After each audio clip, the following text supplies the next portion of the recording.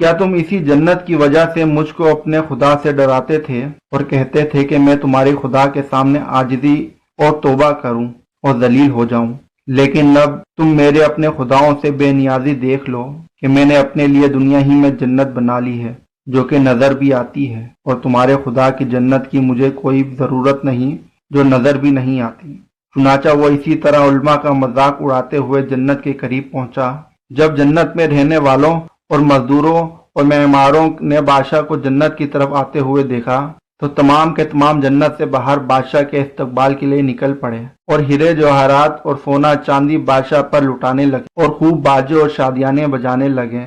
اسی سرمستی اور تکبر کے عالم میں شداد جنت کے دروازے کی طرف بڑھا، اور عین اسی حالت میں کہ ایک اس کا پاؤں دروازے سے باہر اور ایک اندر تھا، آسمان سے ایک خوفناک کڑک سخت قسم کی آواز گونجی، اور شداد اپنے تمام لشکریوں اور جنت کے مزدوروں سمیت آواز کی سختی کی تاب نہ لاتے ہوئے مر گیا، اور اپنی بنائی ہوئی اس عظیم الشان جنت کی دیدار کی حسرت بھی ساتھ لے گیا، اور قیامت تک کے لیے عبرت کا نمونہ بن گیا کہ خدا تعالیٰ کی پکڑ کا اس سے زیادہ عبرت ناک مقام اور کیا ہو سکتا ہے۔ چنانچہ خدا تعالیٰ نے قرآن مجید میں ارشاد فرمایا، ترجمہ: بے شک آپ کا رب گھات میں ہے۔ اسی طرح ایک دوسری جگہ بے ارشاد فرمایا، ترجمہ: اور ان کافروں نے تدبیر کی اور اللہ نے بھی تدبیر کی، اور اللہ ہی بہتر تدبیر کرنے والا ہے۔